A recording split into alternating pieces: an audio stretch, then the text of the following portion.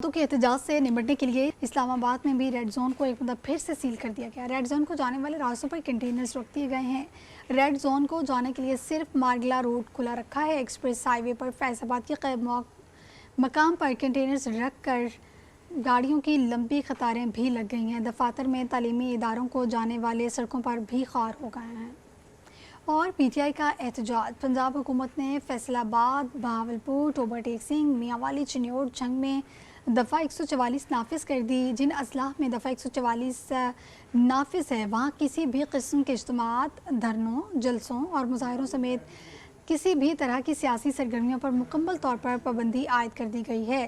جن علاقوں میں موبائل سروس بند ہے وہاں دفعہ 144 کی خلاف ورزی کرنے والے 100 سے زائد کارکنان پر مقدمہ درج کر دیا گیا۔ 5 کارکنان کو گرفتار بھی کیا گیا ہے۔ نابینا افراد نے وزیر اعلیٰ پنجاب کے دعووں کا پول کھول کر رکھ دیا ہے۔ مشیر اطلاعات خیبر پختونخوا بیرسٹر سیف کہتے ہیں لاہور کی سڑکوں پر اب نابینا افراد بھی خوار ہونے لگے ہیں۔ انتظامیہ نے نابینا افراد پر بھی ڈنڈے برسائے۔ نابینا افراد پر تشدد کی شدید الفاظ میں مذمت کرتا انہوں نے کہا کہ بدترین ڈکٹیٹرشپ میں کبھی بھی نابینا افراد پر تشدد نہیں ہوا تھا۔ وزیر اعلیٰ کے دعووں کا پول نابینا افراد نے کھول دیا۔ صوبائی مشیر اطلاعات کا مزید کہنا تھا ترقی کے دعوے تو بہت کیے جاتے ہیں مگر حقیقت یہ ہے کہ سڑکوں پر احتجاج آئے روز کا معمول بن گیا۔ نابینا افراد حکومت کے خلاف سڑکوں پر نکل آئے ہیں۔ الیکشن کمیشن کے انٹرا پارٹی الیکشن کیس میں پی ٹی آئی کو دستاویزات جمع کرانے کے لیے مزید مہلت دی گئی ہے۔ Member election commission Nisar Durrani کی سربراہی میں 4 رکنی بینچ نے P T I intra party election case پر سماعت کی ہے۔ Chairman P T I barrister Gohar election commission میں پیش ہوئے۔ بیرسٹر گوہر نے موقف اختیار کیا کہ ہم نے intra party election record F I A سے حاصل بھی کر لیا ہے۔ اس حوالے سے مزید چیئرمین پی ٹی آئی نے کہا تھا کہ ہم نے ایف آئی اے کو کہا ہے کہ آپ کی گاڑی میں ہمارا ریکارڈ پڑا ہے، اسے واپس دے دیں۔ 10 دن تک ہمیں ایف آئی اے سے ریکارڈ بھی مل جائے گا۔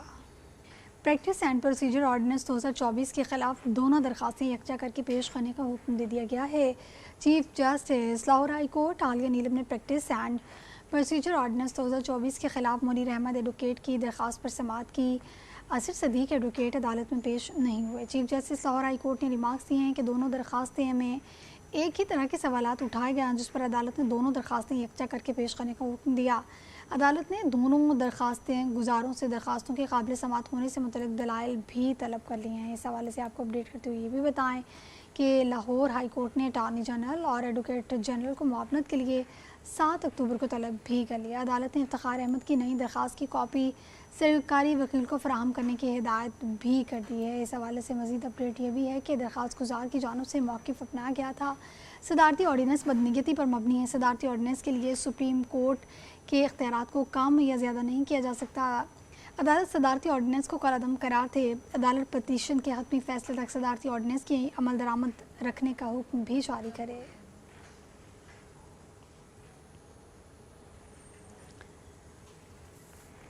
سینیٹر شبلی فراز کا نام سفری پابندی کی فہرست سے نکال دیا گیا ہے۔ اسلام آباد ہائی کورٹ نے جسٹس طارق محمود جہانگیری نے عدالتی حکم کے باوجود بھی سینیٹر شبلی فراز کا نام سفری پابندی کی فہرست سے نہ نکالنے پر توحیلی عدالت کیس کی سماعت ہوئی تھی۔ وکیل ایف آئی اے کے مطابق ایف آئی اے کی صرف پی این آئی ایل لسٹ ہوتی ہے جس میں شبلی فراز کا نام نہیں ہے۔ پاسپورٹ امیگریشن حکام نے بتایا کہ ہم نے پی سی ایل لسٹ سے بھی نام نکال دیا ہے اور اس حوالے سے ای ایل سی پر جو وزارت داخلہ کی ماتحت ہے۔ اسسٹنٹ اٹارنی جنرل نے بتایا کہ شبلی فراز کا نام سی ایل اور پی سی ایل دونوں سے نکال دیا گیا۔ راستوں کی بندش کے باعث وزارت داخلہ حکام راستے میں نام سفری پابندی کی فہرست سے نکالنے کی عمل درآمد پر رپورٹ کچھ دیر بعد پیش کرے گی۔ جسٹس طارق محمود جہانگیری نے ریمارکس دیے ہیں عدالتی حکم پر عمل درآمد ہو چکا، لہٰذا توہین عدالت کی درخواست غیر مؤثر ہونے پر خارج بھی کر دی جائے۔ اس حوالے سے مزید ان کی جانب سے بات کرتے ہوئے کہا گیا ہے کہ اٹارنی جنرل کے بیان کے بعد شبلی فراز کی توہین عدالت کی درخواست غیر مؤثر ہونے پر خارج کر دی گئی ہے۔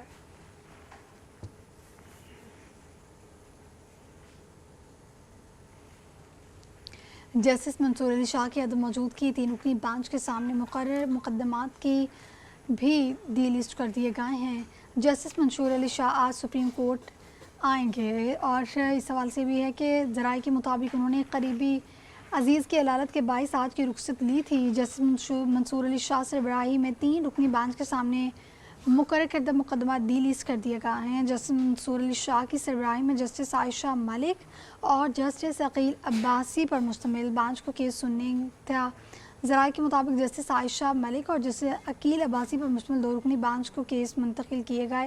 اس 2 رکنی بینچ کو کورٹ روم 6 میں کیس سننے تھے اور کورٹ روم 6 میں 2 رکنی بینچ کچھ دیر بعد واپس بیٹھ جائے گا۔